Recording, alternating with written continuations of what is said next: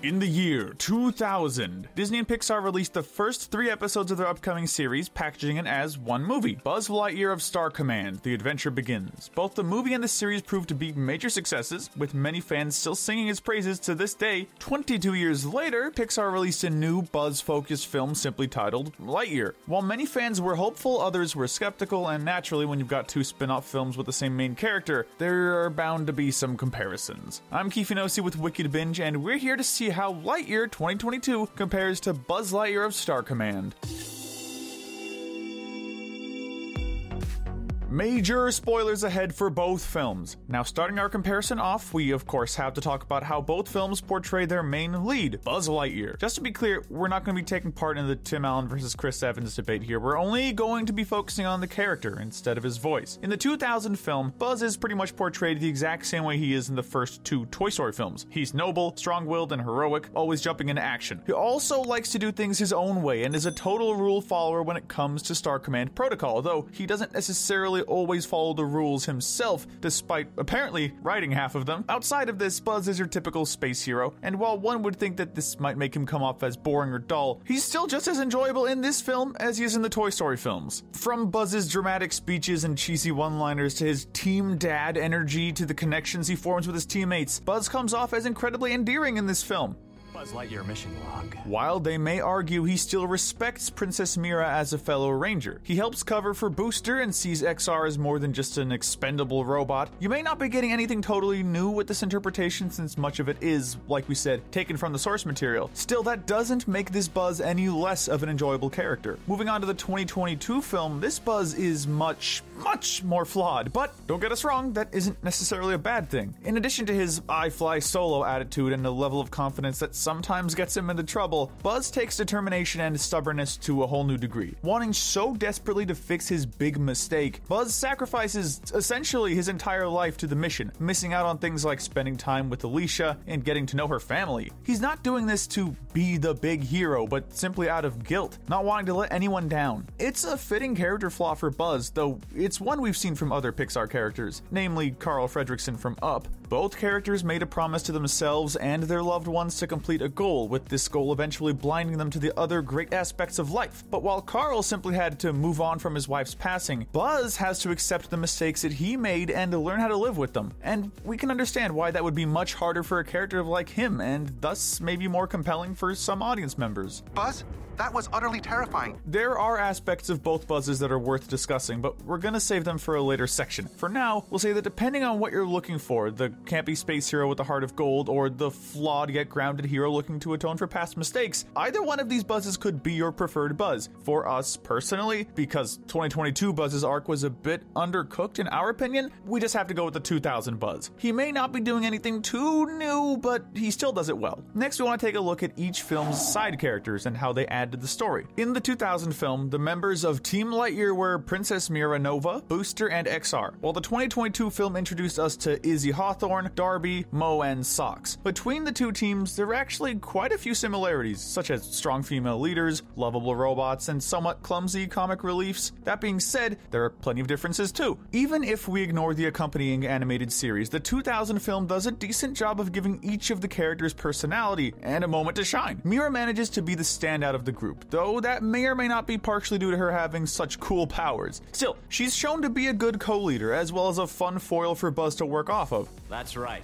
my robotic friend. As Commander Nebula says, they're both stubborn show-offs. She's also a bit snarky at times and has a bit of a wit to her, though considering she's voiced by Nicole Sullivan, that isn't too surprising. Booster, meanwhile, is both good-hearted and a bit nerdy, being absolutely amazed by Star Command stuff. Though obviously out of his depth at first, he's still eager to do his part, whether it's mopping floors or mopping up bad guys. Finally, there's XR, who's a familiar archetype of the funny robot character. But hey, archetypes are there for a reason, and XR plays his part well, bringing plenty of laughs to the team. All in all, the dynamic that forms between these three and Buzz proves to be an enjoyable one. It's really no wonder why kids wanted to watch a whole show starring these guys. Moving on to the 2022 team, it's evident that the most developed character within it, besides Buzz, is Izzy. She's an eager rookie who wants to live her dream of being a ranger, doing all she can to try and live up to her grandmother's legacy. Though young and inexperienced, Izzy manages to be skilled, clever, caring, and even brave at times, such as when she faces her fear of space to save Buzz. Buzz. Speaking of Buzz, although their connection takes a bit of time to form, most of the scenes that they have together are pretty enjoyable. The only flaw one could say about Izzy is that in some personality aspects, she may be a bit too similar to her grandmother, which may make it hard for her to stand out. Oh, boy.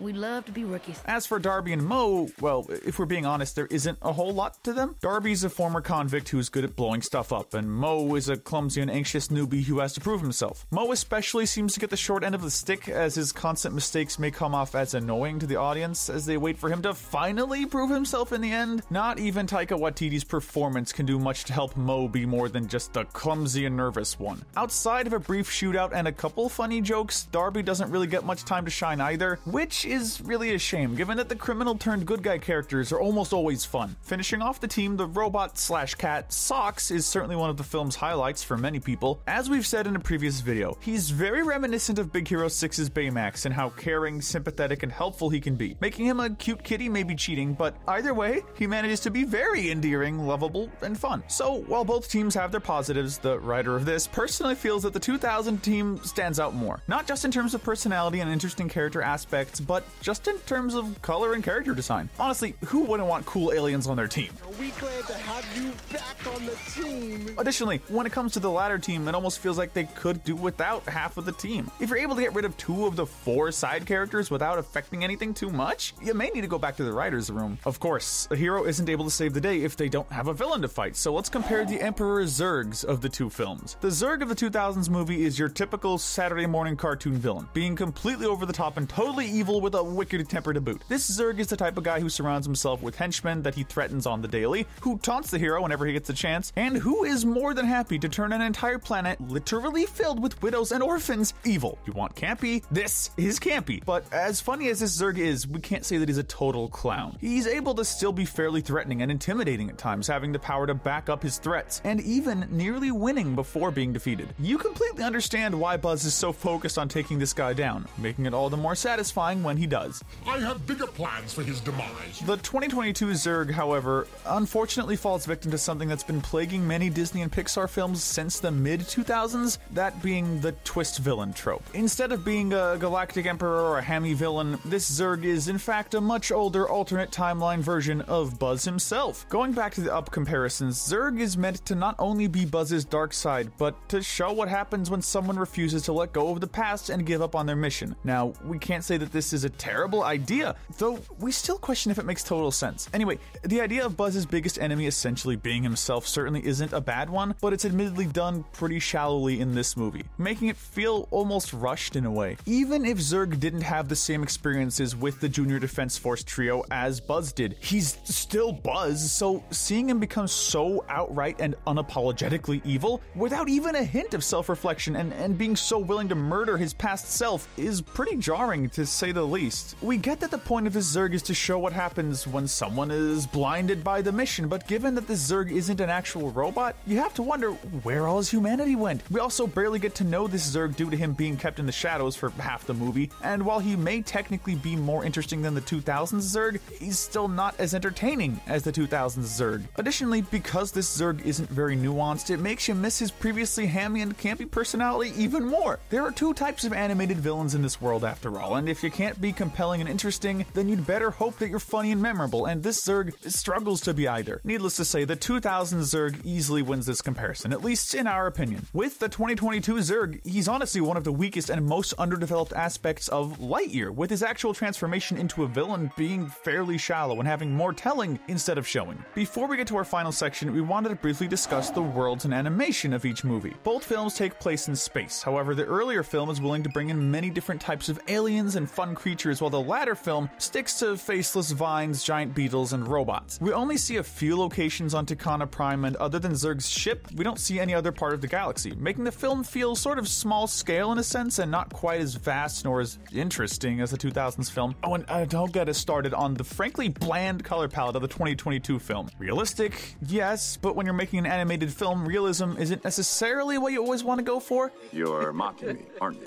Speaking of which, though the animation of the 2000 film is obviously a bit cheaper and not quite as polished as the usual fare that we see out of Disney Animation, it still has a lot of merit. In addition to competent animation, even if the mouths don't always match the dialogue, we get some really strong posing and cool color palettes and lighting swaps throughout the movie, particularly during the action scenes and the climax. Having everything go red or orange during a scene or using shadows to build suspense just further adds to the experience. As for Lightyear, well, we certainly can't call it terrible. In fact, many critics have compared the film to live action, considering it to be one of Pixar's best looking films to date, and we can't deny that the film is polished, but again, it's a case of realism versus stylization, and when it comes to that particular debate, it really does come down to personal taste. We will say though that if you're gonna make an animated movie, why not go all out with the colors and creativity? Buzz Lightyear of Star Command may not be the prettiest movie, but it's certainly memorable and pretty fun to boot. Who's with me?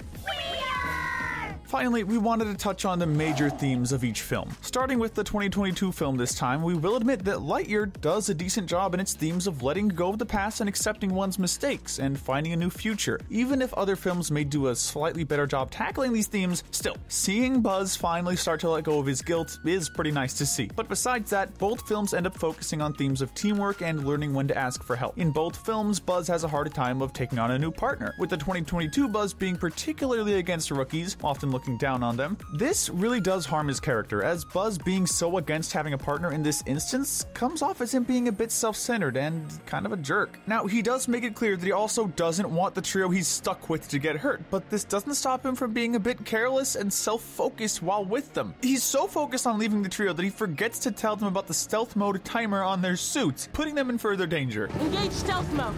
Although it's a relief to see Buzz finally accept help from others, getting there may be a bit of a slog for some audiences. As for 2000's Buzz, he actually had a pretty understandable reason for not wanting a partner, besides just having trust issues when it comes to rookies. Buzz had to witness his previous partner, Warp Dark Matter, sacrifice himself to save Buzz's life. Even though this later proved to be a ruse and Warp turned out to be a bad guy, Buzz still felt the guilt that came with losing a partner. As such, it makes total sense why Buzz wouldn't want anyone else to put themselves in danger for his sake and help smooth out the story a bit. Now, to be fair, it could be argued that both Buzzes have a somewhat rushed turnaround time when it comes to admitting that they need help and accepting new partners, so in that sense we can't really say which film portrays this particular theme in a better way. If we did have to pick though, we'd say the connections that we see between the characters in the 2000 film feel slightly stronger than the ones in Lightyear. Excellent thinking, rookie. But like many of the other comparisons that we've mentioned today, whether you prefer the original Buzz Lightyear of Star Command or the new Lightyear will likely depend on your personal tastes, but for us personally, we'll always have a bit of a soft spot for the Saturday morning adventures of Buzz, Mira, Booster, and XR, and see that film as the more enjoyable of the two. And if you prefer the team from Lightyear, then hey, that is perfectly fine too. But let us know in the comments section if you agree with our points, and tell us what we should cover next. Remember to hit that notification bell and binge more of our videos, but most importantly, stay wicked.